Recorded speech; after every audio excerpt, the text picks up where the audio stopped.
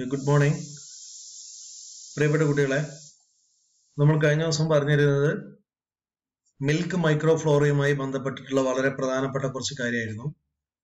ഇന്ന് നമ്മൾ പറയുന്നത് ഇതേ മിൽക്ക് ഫ്ലോറയിൽ, അതായത് മിൽക്കിന്റെ മൈക്രോഫ്ലോറ ഉണ്ടാവുന്നതിന് ഒരുപാട് എൻവയോൺമെന്റൽ ഫാക്ടേഴ്സ് ഇൻഫ്ലുവൻസ് ചെയ്യപ്പെടുന്നുണ്ട്. Or we can say that there are different type of factors which are actually influencing the growth of different type of microorganism.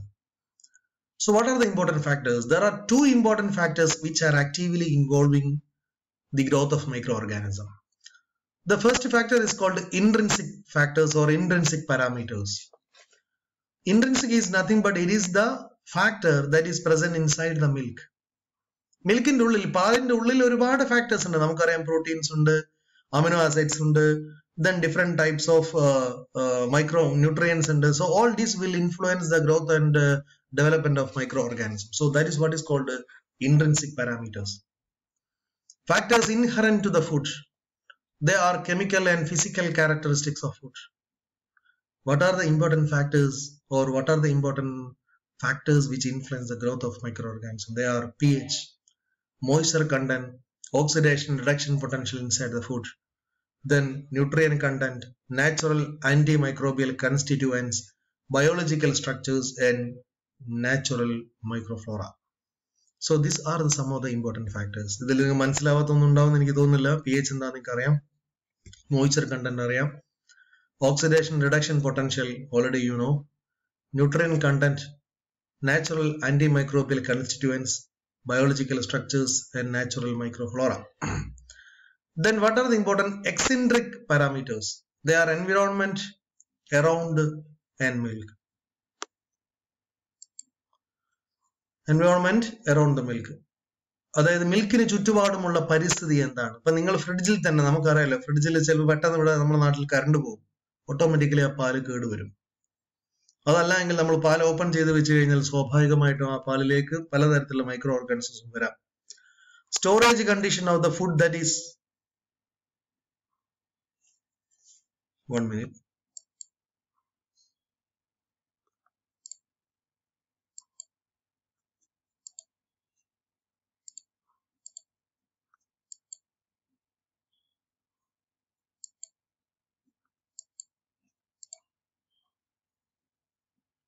Storage condition of the food, that is properties of the environment in which the food is stored.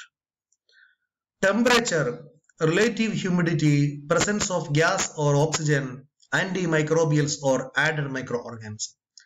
All these factors which influence the microorganism growth within the milk. When I പറഞ്ഞു വന്നത്, there are two important factors which are highly influential for the growth of microorganism. They are intrinsic as well as eccentric, that is within the milk and outside the milk.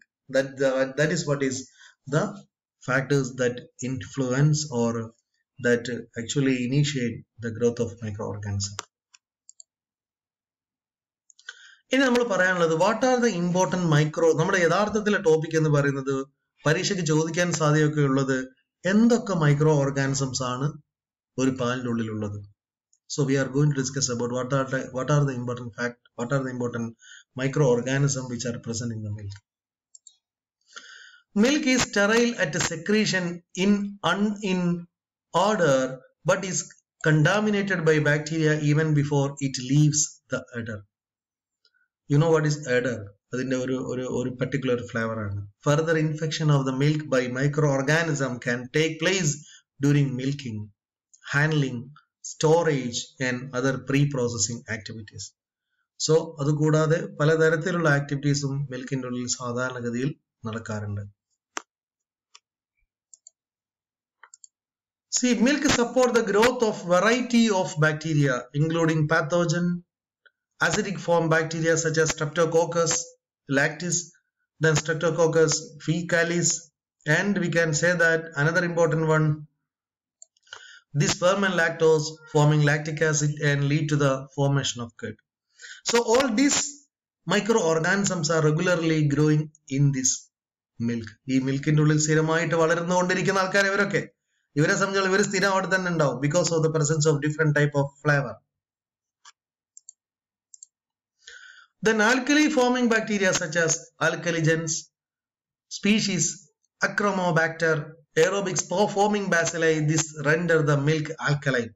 പലപ്പോഴും അങ്ങനെയുള്ള ഒരു ഇൻഫ്ലുവൻസും micro organism മിൽക്കിനുള്ളിൽ ഉണ്ടാക്കുന്നുണ്ട്. ചിലപ്പോൾ പാല് പുളിക്കുന്നതിന്റെയൊക്കെ കാരണം because of the presence of this type of microorganism.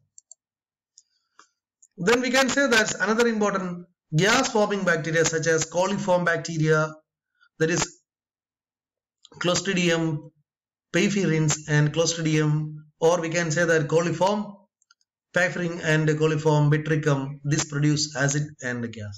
അങ്ങനെ ചില bacteria മിൽക്കിന്റെ ഉള്ളിൽ ഒരുപാട് എന്താ പറയാ ഫ്ലേവർ ചേഞ്ച് ചെയ്യുന്നുണ്ട്. ഇപ്പൊ നമ്മള് പാല് കുടിക്കുക എന്ന് പറയുന്നതും we can say that there is an involvement of microorganisms that we know.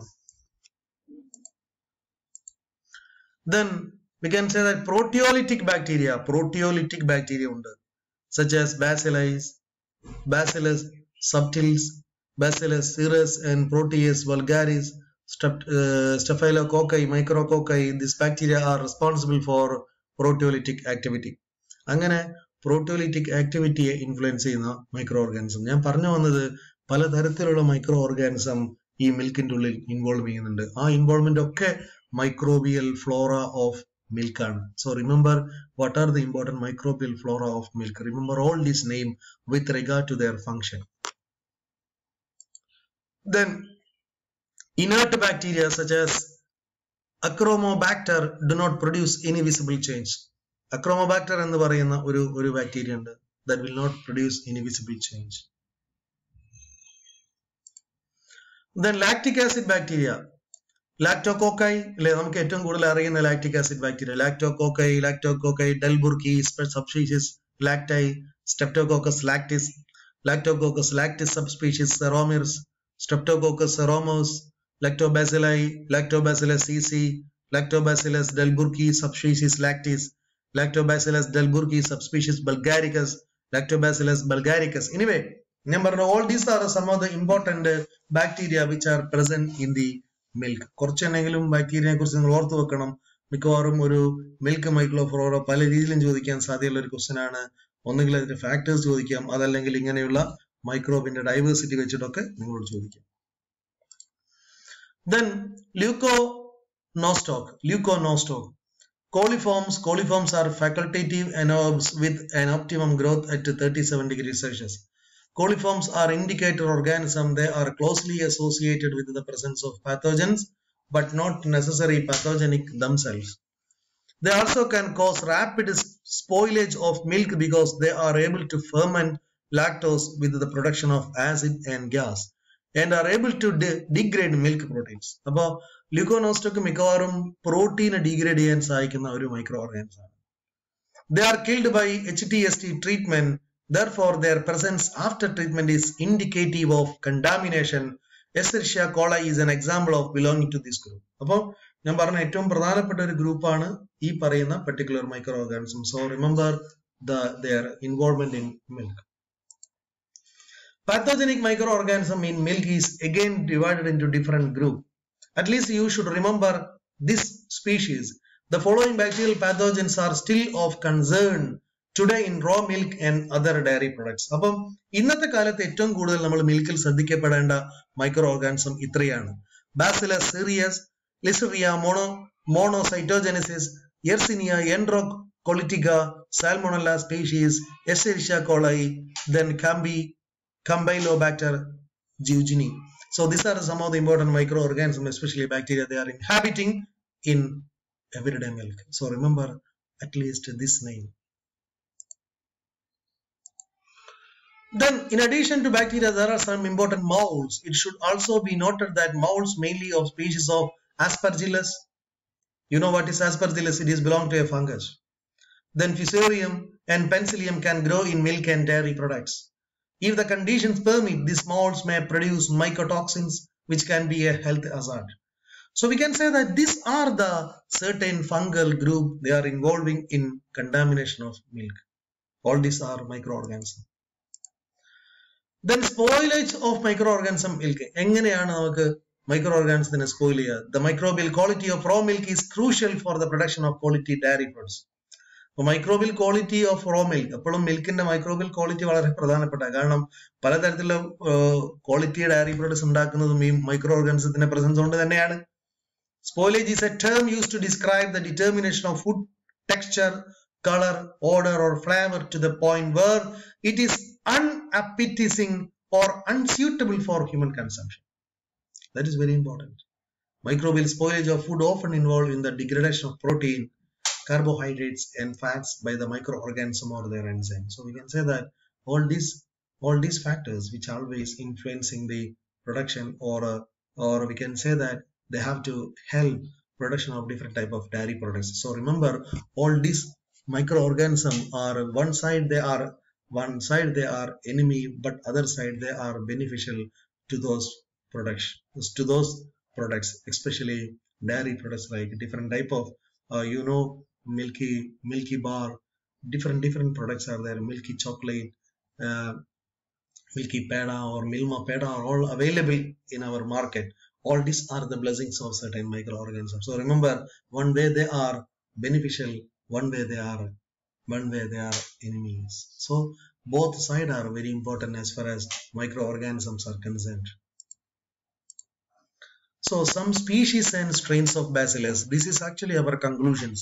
Some species and strains of Bacillus, Clostridium, Cornbacterium, Arthrobacter, Lactobacillus, Microbacterium, Micrococcus and Streptococcus can survive pasteurization and grow at a refrigeration temperature, which can cause spoilage problem.